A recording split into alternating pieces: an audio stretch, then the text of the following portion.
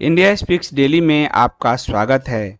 India speaks daily को subscribe करें, इसके बेल आइकन को जरूर दबाएं।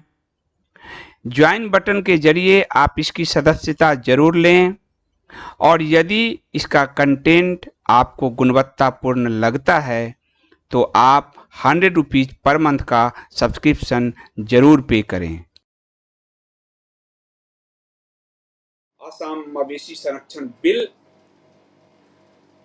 जो विधानसभा असम की विधानसभा में पेश हुआ है, मंदिरों के 5 किलोमीटर के अंदर बीफ की बिक्री पर बैन है। पूरी तरह से नहीं लगा है, लेकिन मंदिरों के 5 किलोमीटर के अंदर। तो चलिए इसको हम शुरुआत करते हैं।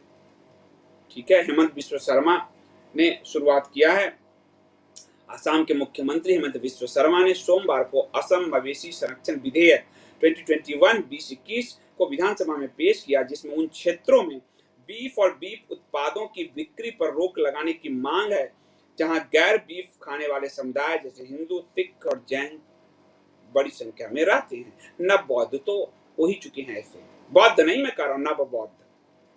विधेयक में प्रस्तावित बदलावों के अनुसार किसी भी मंदिर या वैष्णव मठ के 5 किलोमीटर के दायरे में गोमांस उत्पादों की बिक्री पर प्रतिबंध रहेगा। इसके अलावा गोमांस की बिक्री और खरीद सख्त नियमों के तहत केवल उन जगहों पर होगी जहां सक्षम अधिकारियों द्वारा अनुमति दी जाएगी।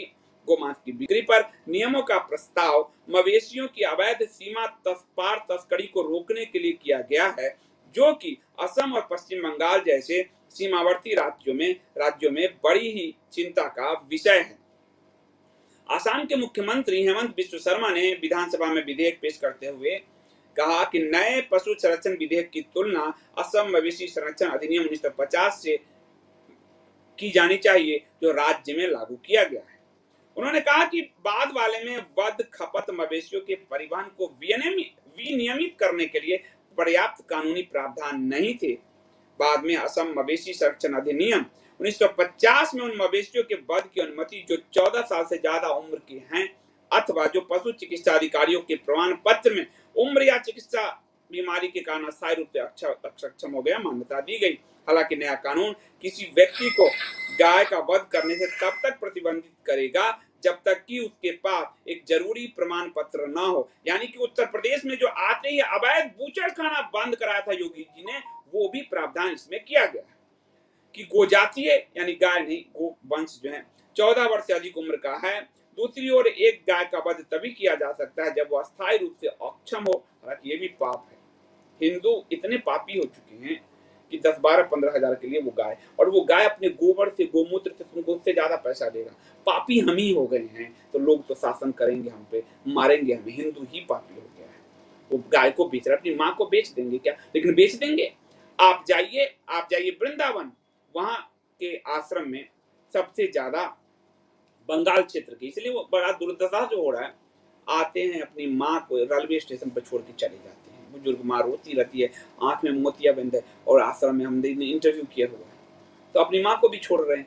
तो पतन तो है ही, नैतिक पतन तो है ही, क्योंकि धर्म का प्रभाव लोप हो चुका है। इसलिए विधिवत लाइसेंस या मान्यता प्राप्त बूचड़खानों को भी मवेशियों के वध करने की अनुमति होगी, यानी कि अवैध बंद होगा। यदि प्रस्तावित विधेयक पारित हो जाता है तो पिछला कानून निरस्त हो जाएगा, और इसलिए उल्लंघन करने वाले या गोजातीय बैल, गाय, बछिया, बछड़ा, नर मादा भैंस और भैंस बछड़ों को की अवैध तस्करी में लिप्त लोगों के लिए कठोर सजा का प्रावधान किया गया है। अगर किसी व्यक्ति को कानून के तहत दोषी ठहराया जाता है तो उसे 3 साल तक की कैद और 3 से 5 लाख रुपए तक का जुर्माना या दोनों का सामना करना पड़ सकता है। बार बार अपराधी को इसी सजा का सामना करना पड़ेगा, लेकिन वह दुगुना होता चला जाएगा, समय भी और पैसे भी। तो हेमंत बिस्वा शर्मा का धन्यवाद कीजिए। एक शुरुआत तो उन्होंने किया, योगी आदित्यनाथ के बाद ये धन्यवाद किया जाना चाहिए। बहुत बहुत धन्यवाद।